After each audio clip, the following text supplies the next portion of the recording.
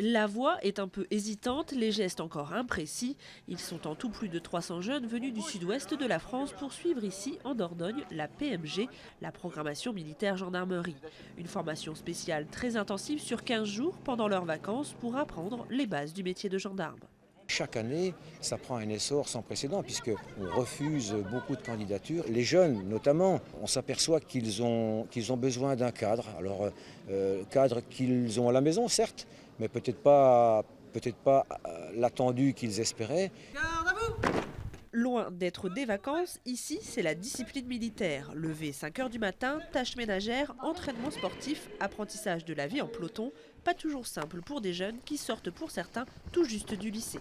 La difficulté c'était plutôt dans la pression psychologique qu'imposent les encadrants et les gradés, qui nous font poser des questions sur est-ce qu'on veut faire ça, est-ce qu'on peut faire ça, est-ce que c'est quelque chose qu'on veut vivre.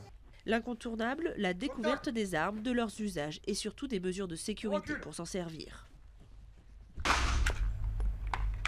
C'est au début qu'on réfléchit beaucoup, qu'on se pose beaucoup de questions, mais après on ne se pose plus quand on est dans l'action.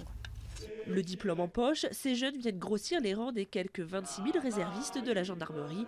Des réservistes fortement sollicités pendant les grandes vacances, notamment sur la côte ouest, car les petites communes voient leur nombre d'habitants multiplié par 10. Gendarmerie nationale vous arrête dans le cadre d'un contrôle de la police route.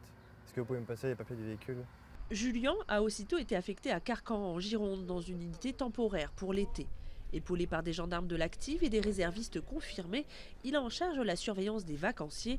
Lui, qui hésite entre devenir gendarme ou policier, apprécie la réalité du terrain. C'est plus simple vu que c'est pas un exercice. On parle à des personnes, des vraies personnes, donc c'est plus naturel. C'est le terrain qui dirige, c'est-à-dire qu'on s'adapte toujours. Il n'y a jamais de gestes précis, d'attitudes précises à avoir. Julien retrouvera les bancs de l'université loin des plages de sable fin.